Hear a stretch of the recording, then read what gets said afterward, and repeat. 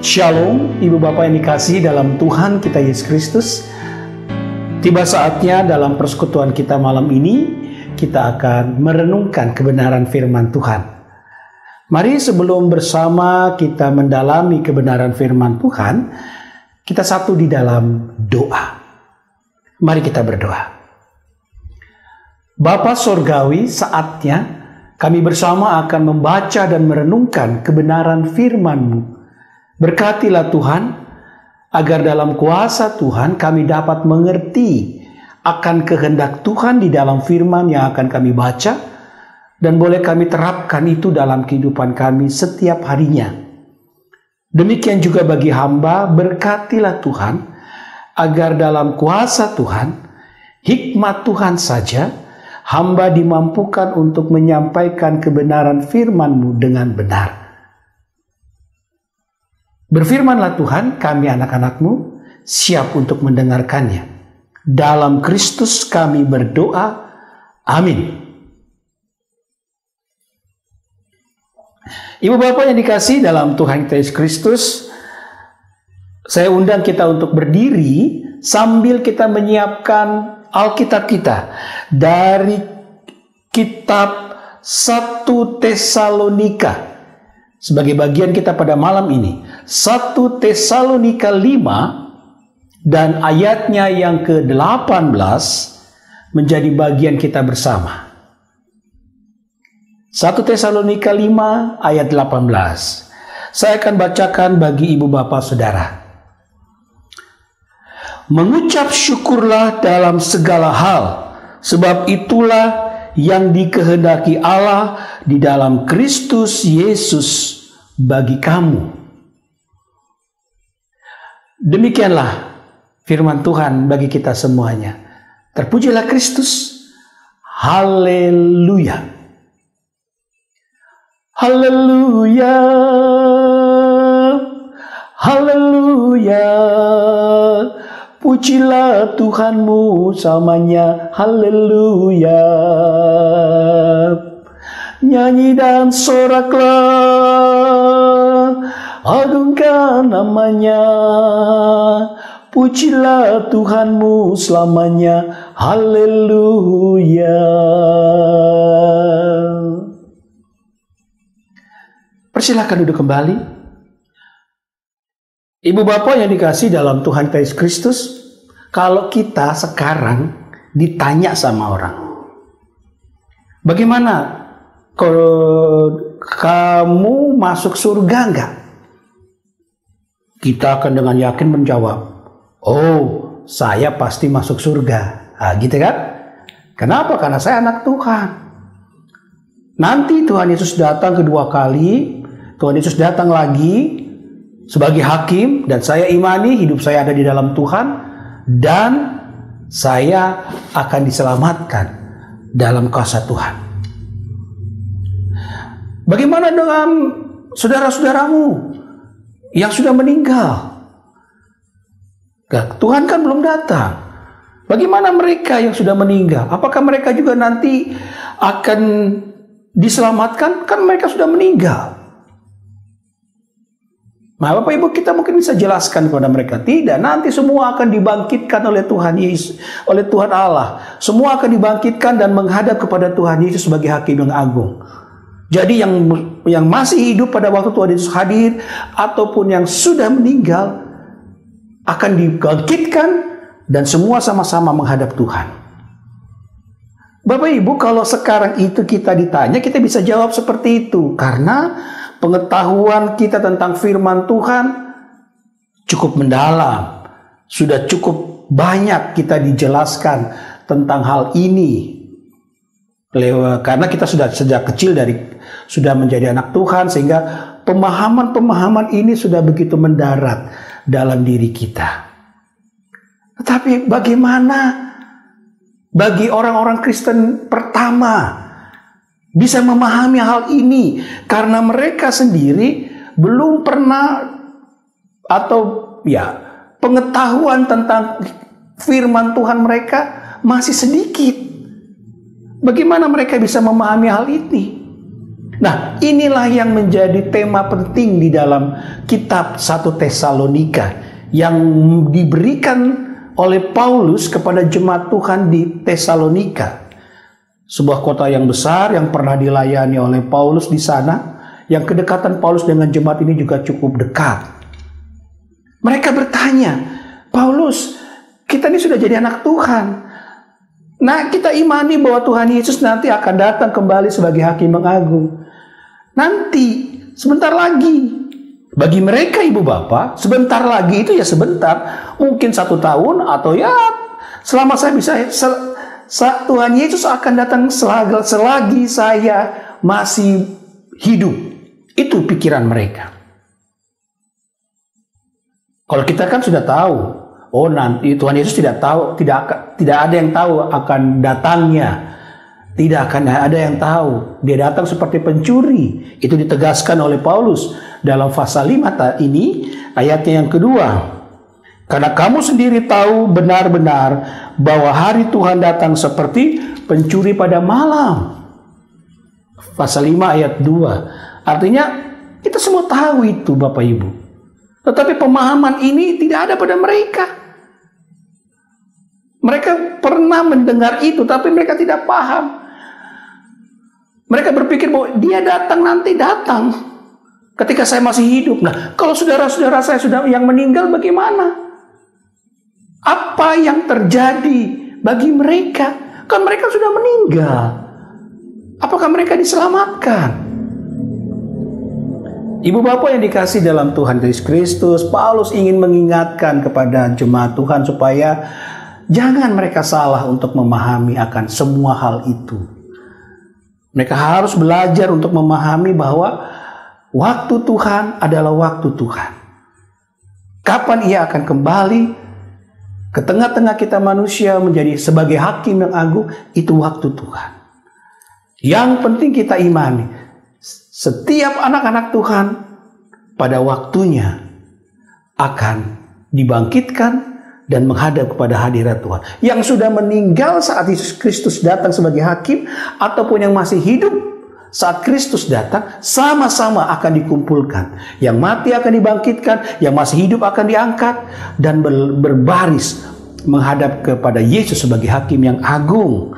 Maka dikatakan dalam ayat 4, pasal 4 ayat 14, karena jikalau kita percaya bahwa Yesus telah mati dan telah bangkit, maka kita percaya juga, ayat 14, pasal 4 ayat 14, bahwa mereka yang telah meninggal dalam Yesus akan dikumpulkan Allah bersama-sama dengan Dia.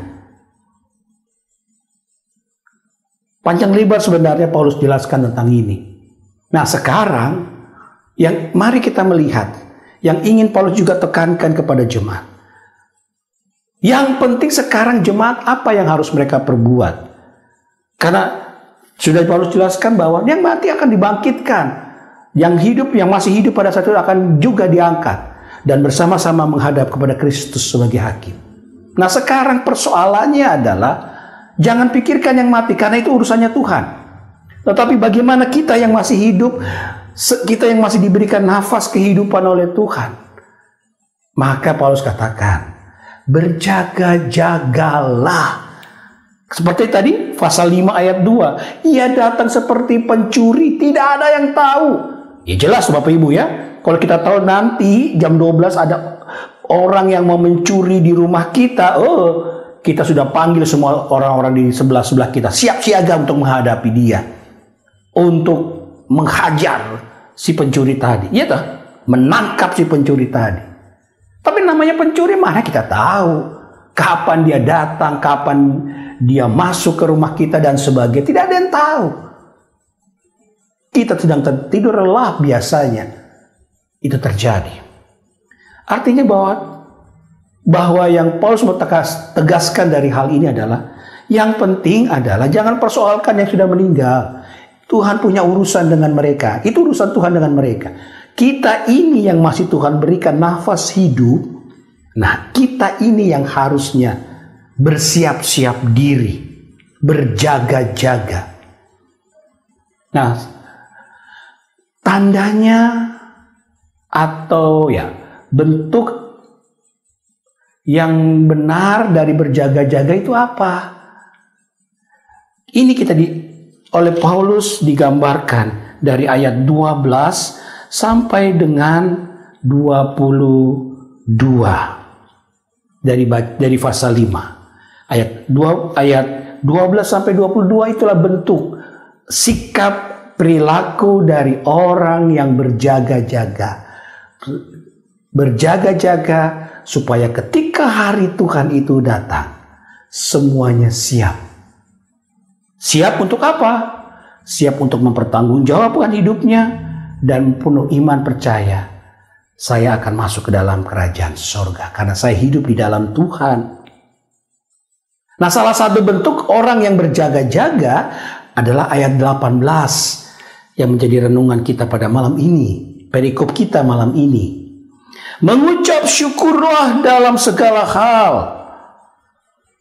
Mengucap syukurlah dalam segala hal. Ya. Orang yang senantiasa belajar melihat hidupnya ada dalam berkat Tuhan, maka dia akan menjadi orang yang selalu mengucap syukur kepada Allah. Orang yang selama dia diberi nafas hidup oleh Allah selalu punya satu rasa sukacita karena dia tidak pernah mengeluh tentang apa yang dia miliki, apa yang ada dalam hidupnya. Sebaliknya dia selalu bilang, terima kasih Tuhan atas apa yang Engkau sudah berikan. Walaupun mungkin secara ekonomi dia berat. Mungkin secara kondisi keluarga penuh dengan pergumulan. Tapi dia melihat itu sebagai satu bagian di mana Allah memberikan dia pembinaan iman. Maka dia tidak memandang itu secara negatif.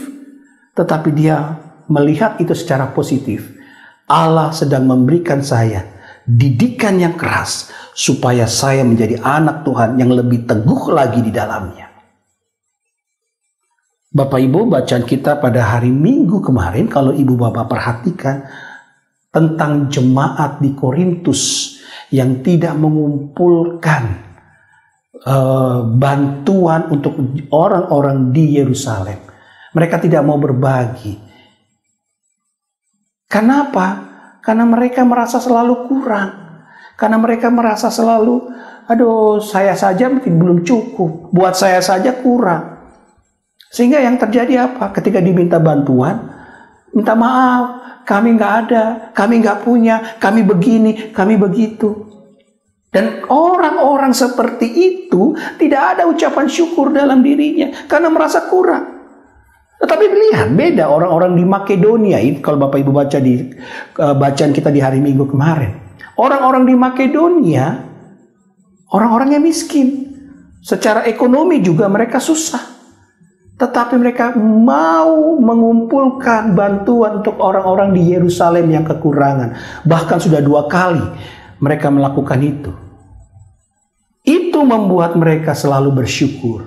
Dan orang-orang seperti itulah yang diberkati Tuhan. Yang merasakan berkat Tuhan dan hidup sesuai dengan kehendak Tuhan. Orang yang berjaga-jaga menunggu hari Tuhan, salah satu perilaku yang dia tunjukkan adalah selalu mengucap syukur untuk segala hal yang ada dalam hidupnya. Dia selalu belajar untuk berkata, Tuhan terima kasih untuk apa yang Engkau berikan. Walaupun ternyata dalam hidupnya dia sendiri kalau sehitungan manusia kurang. Mungkin di rumahnya beras tinggal 1-2 kaleng, bukan 1-2 karung ya. Mungkin juga kondisi keluarganya penuh dengan pergumulan. Tetapi sekali lagi, dia melihat itu dari sisi positif. Tuhan sedang mengajar saya untuk menjadi pribadi yang lebih dekat kepadanya. Sehingga yang terjadi adalah, terima kasih Tuhan. Yang terjadi adalah ucapan syukur kepada Allah. Kalau dia mengucap syukur kepada Allah, apa yang terjadi? Mukanya adalah selalu ceria. Ya, Mukanya adalah, hatinya selalu memancarkan sukacita, tidak keluhan-keluhan. Bapak Ibu lihat, orang yang selalu mengeluh. Nah, perhatikan, saya selalu perhatikan di jemaat. Orang-orang yang suka bikin masalah di jemaat. Bapak Ibu perhatikan di keluarga Bapak Ibu juga, di tetangga kiri kanan Bapak Ibu. Orang-orang yang suka bikin masalah. Sebenarnya kebanyakan di antara mereka adalah karena di pribadinya dia penuh masalah. Dia nggak bisa tumpahkan kemana. Dia tumpahkan ke orang lain. Ya, dia tidak ada ucapan syukur. Pergumulan siapa sih yang nggak punya? Kesulitan ekonomi, kesulitan dalam rumah tangga, dalam segala hal. Siapa yang tidak punya? Saya juga punya. Tetapi bagaimana kita belajar melihat dari sisi positif? Artinya melihat dari sisi Allah yang memberkati kita. Itulah mengucap syukur. Kalau kita belajar melihat dari sisi Allah, maka kita bilang terima kasih Tuhan untuk masalah ini. Saya tahu Tuhan sedang membimbing saya. Beri saya kekuatan. Beri saya kemampuan untuk melihat jalan keluar. Untuk lewati masalah ini. Sehingga ada satu semangat hidup yang indah di dalam Tuhan. Makanya Paulus katakan secara lengkap, mengucap syukurlah dalam segala hal. Gitu ya. Tidak satu dua hal, semuanya, apapun yang Anda hadapi. Sebab itulah yang dikehendaki Allah di dalam Kristus Yesus bagi kamu. Ibu bapak yang dikasih dalam Tuhan Yesus Kristus, biarlah kita juga belajar di dalam hidup kita, melihat segala sesuatu itu dari sisi yang benar, positif. Kalau kita bisa bahasa modernnya, positive thinking, gitu ya.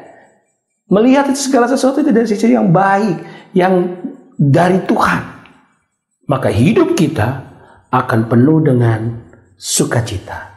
Dan itulah tandanya hidup kita betul-betul kita arahkan hanya kepada Tuhan. Ya. Salah satu perilaku orang yang siap menghadapi hari Tuhan adalah hidupnya penuh dengan ucapan syukur. Apapun keadaannya. Bukan mengucap syukur karena sudah kaya, sudah berhasil mencapai proyek yang besar, sudah mendapatkan jabatan yang besar. Tidak itu saja. Dalam segala hal, susah dan senang, sukacita maupun kesedihan, belajarlah melihat dari sisi positif sehingga kita bisa mengucap syukur kepada Allah atas segala yang terjadi dalam hidup kita. Tuhan Yesus menyertai. Amin.